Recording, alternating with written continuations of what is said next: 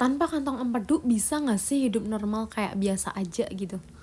Ya ini sih, kemarin kan aku diceritain tuh sama Kak Pras, gimana dulu kalau aku nanya kepo ya, gimana sih Kak kalau misalkan masih ada kantong empedunya tapi dia hidup normal, kira-kira bisa nggak ya dia ada kantong empedu gitu, dia ada batunya tapi hidupnya normal kayak biasanya gitu. Nah Kak Pras cerita dia udah tanya-tanya ke dokternya juga. Dokternya bilang dia kan juga kepo ya orangnya.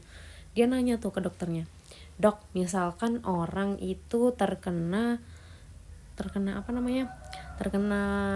batu empedu, nah misalkan dia itu operasi atau enggak operasi, dia OP atau enggak OP, apakah itu tetap bisa hidup normal kayak biasanya gitu. Nah terus jawablah sama dokternya, lah ya mungkin, dan itu sangat logis, sangat bisa aja, karena kalau misalkan batu empedu itu kan yang sakit di bagian kan yang dipermasalahkan itu sakitnya, benar nggak, nyerinya. Jadi kalau misalkan dia kena ada batu empedunya, misalkan ada orang yang dia kena ada batu empedunya di kantongnya tapi dia nggak ngerasain sakit, dia nggak ngerasain nyeri, nah terus kenapa nggak masalah kan, nggak ya nggak apa-apa gitu kan. Maksudnya yang dipermasalahkan itu kan karena nyeri sakitnya, benar nggak? Ini sih, jadi kata dokter Kak Pras, mungkin sangat-sangat mungkin kalau memang terjadi dan hidup normal dengan yang bebas jaga pola makan gitu. Terus aku ternyata bisa ya kayak gitu.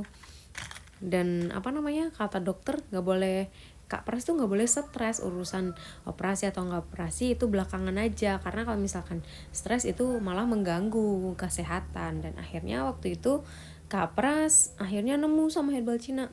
Di situ nemu sama herbal Cina itu Kak Pras yang kayak